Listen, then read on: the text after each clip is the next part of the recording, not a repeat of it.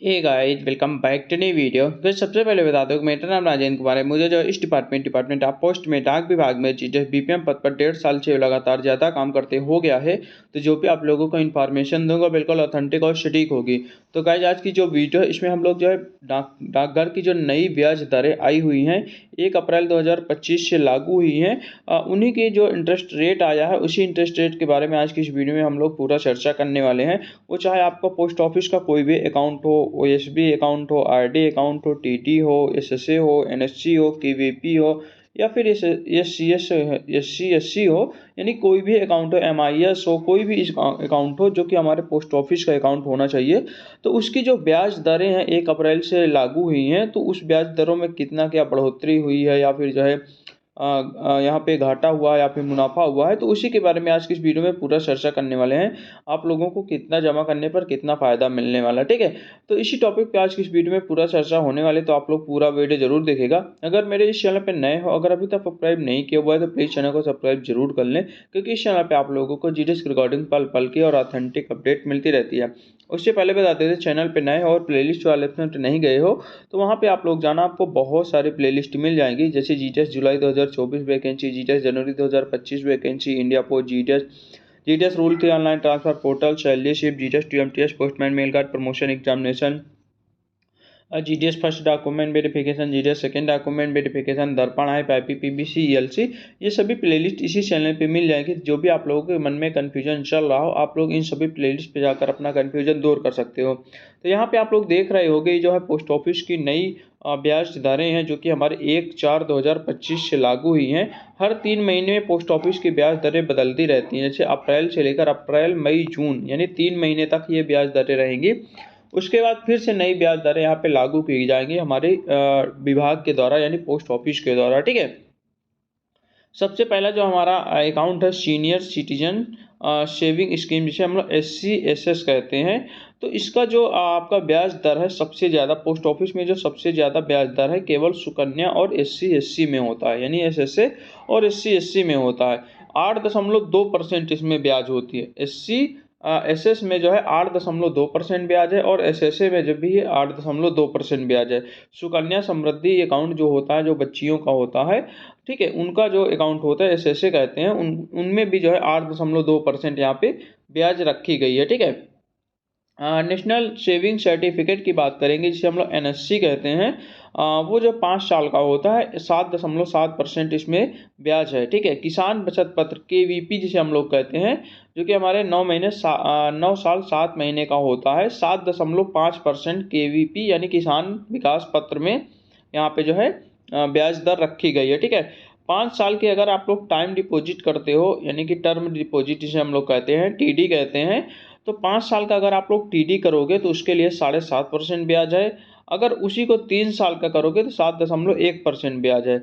2 साल का करोगे तब 7% ब्याज है। अगर 1 साल का TD करते हो तो 6.9% ब्याज है। ये आपके पोस्ट ऑफिस में ब्याज दरें हैं, ठीक है। यानी कि आप लोग अगर डाक खाने पे या पोस्ट ऑफिस में अगर अपना पैसा जो है इकट्ठा जमा करना चाहते हो, फिक्स करना चाहते हो या FD करना चाहते हो, उसी को FD कहते हैं, फिक्स्ड डिपॉजिट कहिए या फिर टाइम डिपॉजिट कहिए, दोनों एक ही बात होती है। तो अगर आप लोग FD करना चाहते हो पोस्ट ऑफिस में, तो अन्य बैंकों की अपेक्षा यहाँ पे पोस्ट ऑफिस में जो है ब्याज दरें ज़्यादा होती हैं। यहाँ पे अगर आप लोग अन्य बैंकों से तुलना करोगे तो उसमें कहीं ना कहीं ब्याज दर कम रहेगी पोस्ट ऑफिस के अपेक्षा।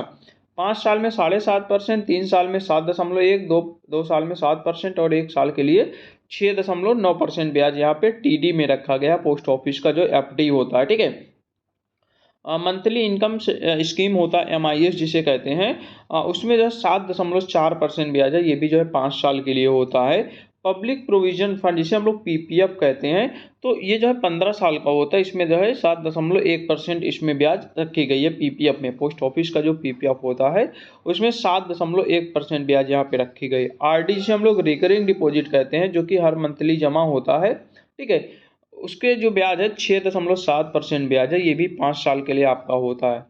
सेविंग बैंक जिसे हम लोग SB खाता कहते हैं, पोस्ट ऑफिस का सेविंग बैंक बचत खाता होता है, जिसका 4% ब्याज है, यानी कि अन्य बैंकों की अपेक्षा सबसे ज़्यादा ब्याज आपको पोस्ट ऑफिस में मिलती है एक सेविंग बैंक में, यानी कि जिसमें आप लोग कभी भी पैसा जमा कर सकते हो, कभी भी निकाल सकते हो, बचत बैंक जिसे कहते हैं, तो उसका जो अकाउंट होता है, एसबीआई अकाउंट होता है पोस्ट ऑफिस में, तो उसमें 4% ब्याज है सालाना। ठीक है, यानी कि सबसे ज़्यादा इंटरेस्ट रेट इसी में आपको देखने को मिलता है।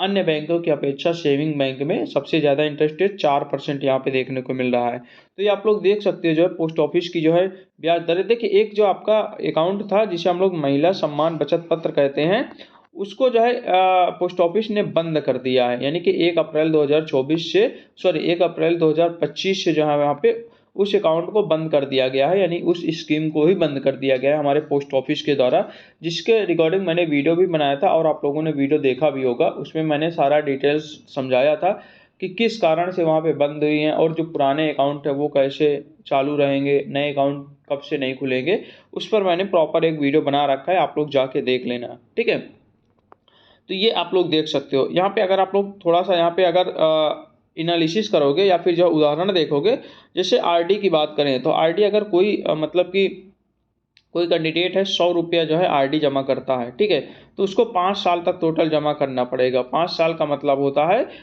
एक साल में 12 महीने, 5 साल का मतलब 12×5 = 60 महीना, यानी कि 100×60 यहाँ पे करोगे तो आपका जो 6,000 रुपया, 100 रुपया अगर जमा करोगे तो टोटल 5 साल में 6,000 रुपया आपको जो है टोटल जमा करना पड़ेगा मूलधन। इंटरेस्ट रेट 1136 रुपये, यानी 7,136 रुपये आपको टोटल मेच्योरिटी मिलने वाली है। ये चीज़ आप लोग ध्यान दे लेना। 5 साल, 1 साल का अगर टीडी करता है, अगर मान लो कोई 1 लाख की जो है 1 साल के लिए बंद करना चाहता है, कोई कैंडिडेट 1 साल के लिए 1 लाख रुपया बंद करना चाहता है, तो उस केसेज में उसको 7,080 रुपया यहाँ पे मिलने वाला है ब्याज, यानी कि 1 लाख का 1,07,081 रुपया टोटल ब्याज मिलने वाला है। ठीक है, 2 साल के लिए करेगा 1 ही लाख, तो उसको जो है यहाँ पे तो दुगना हो जाएगा, 7,185 का दुगना हो जाएगा, यानी कि 1,14,372 रुपये यहाँ पे मिलने वाला है। 3 साल का अगर 1 लाख रुपया 3 साल के लिए बंद करेंगे तो यहाँ पे जो है लगभग जो है मिलेगा 21,000 के लमसम। ठीक है, 5 साल में लगभग मिलेगा आपको जो है 38,000 या 39,000 के लमसम आपको जो है यहाँ पे मिलने वाला है। ठीक है, तो यहाँ पे आप लोग देख सकते हो कि 1 लाख का लगभग 38 से 38,500 के लमसम ब्याज आपको 5 साल में मिलने वाला है। एमआईएस की बात करेंगे कि अगर 1 लाख रुपया के एमआईएस कोई करवाता है तो उसका जो मंथली इंटरेस्ट रेट होगा 616 रुपया मंथली इंटरेस्ट रेट उसको मिलता है। ठीक है, यानी कि उसको 616 रुपये मंथली इनके मिलता रहेगा। अगर वो लोग मंथली यूज करना चाहते तो मंथली यूज करें, नहीं तो उसको इकट्ठा आपको 37,000 के लमसम ब्याज यहाँ पे मिलेगी। ठीक है, एससी एसएससी की बात करेंगे जिसे हम लोग सीनियर सिटीजनशिप स्कीम कहते हैं। ठीक है, 1 लाख रुपया अगर कोई करता है तो क्वार्टरली उसका इंटरेस्ट रेट होता है, यानी तिमाही इंटरेस्ट रेट होता है वहाँ पे 2,050 रुपया यहाँ पे तिमाही होता है। उसका जो आप लोग जो है 20 से गुणा कर दोगे तो 1,41,000 का लमसम यहाँ पे बन जाएगा। ठीक है, एमआईएस प्लस आरडी दोनों की अगर हम लोग इंटरेस्ट रेट की बात करेंगे तो यहाँ पे जो है बोला रहा कि 1 लाख रुपया अगर आप लोग कोई करते हो तो उस केस में इंटरेस्ट रेट आपको 43,953 रुपया इंटरेस्ट रेट यहाँ पे मिलेगा। ठीक है, उसके बाद यहाँ पे एनएससी वगैरह की बात करोगे तो यहाँ पे जो है देख सकते हैं एनएससी में जो है 44,903 रुपया ब्याज है। केवीपी में लगभग 1 लाख की मेच्योरिटी में लगभग 2 लाख रुपया मिलेगा, यानी कि लगभग दुगना मिलता है मेच्योरिटी। ठीक है, यानी कि जो आपका केवीपी होता है उसमें रहे 9 साल 7 महीने में दुगना रुपया हो जाता है। पीपीएफ की बात यहाँ पे करेंगे तो 15 साल का होता है, तो वो जमा करने के हिसाब से जितना आप लोग जमा करोगे उसके हिसाब से वहाँ पे मेच्योरिटी मिलेगी। जैसे 1,000 रुपया पर मंथली आप लोग 15 साल तक जमा करोगे तो 1,80,000 रुपया यहाँ पे मूलधन हो जाएगा। इंटरेस्ट रेट जो है 1,35,000 मिलेगी, 3,15,000 टोटल आपको मिलने वाला है। एसएसए की बात करेंगे तो इसमें भी सेम वैसे ही है। 1,000 अगर आप लोग मंथली जमा कर रहे हो, 15 साल जमा करना पड़ता है, 1,80,000 आपका मूलधन हो जाएगा। 21 साल में आपकी ब्याज 3,74,000 ब्याज हो जाएगी। टोटल आपका 5,54,000 मेच्योरिटी आपको मिलने वाली है। तो ये आप लोग देख सकते हो जो है हमारे डाकघर की जो इस स्कीमें हैं जिसमें आप लोग कितना जमा करने पर कितना आपको फ़ायदा मिलने वाला है। ये केवल उदाहरण के लिए आपको दिया गया है कि इतना अगर आप लोग जमा करोगे इतना यहाँ पे मोटी मोटी रकम यहाँ पे मिलने वाली है। इससे आप लोगों को अंदाज़ा लग जाएगा कि हाँ हमको कितना रुपया मिलने वाला है। तो आज की इस वीडियो में हम लोग इतना रहने देते हैं, मिलते हैं एक नई वीडियो के साथ, तब तक के लिए बाय बाय, टेक केयर।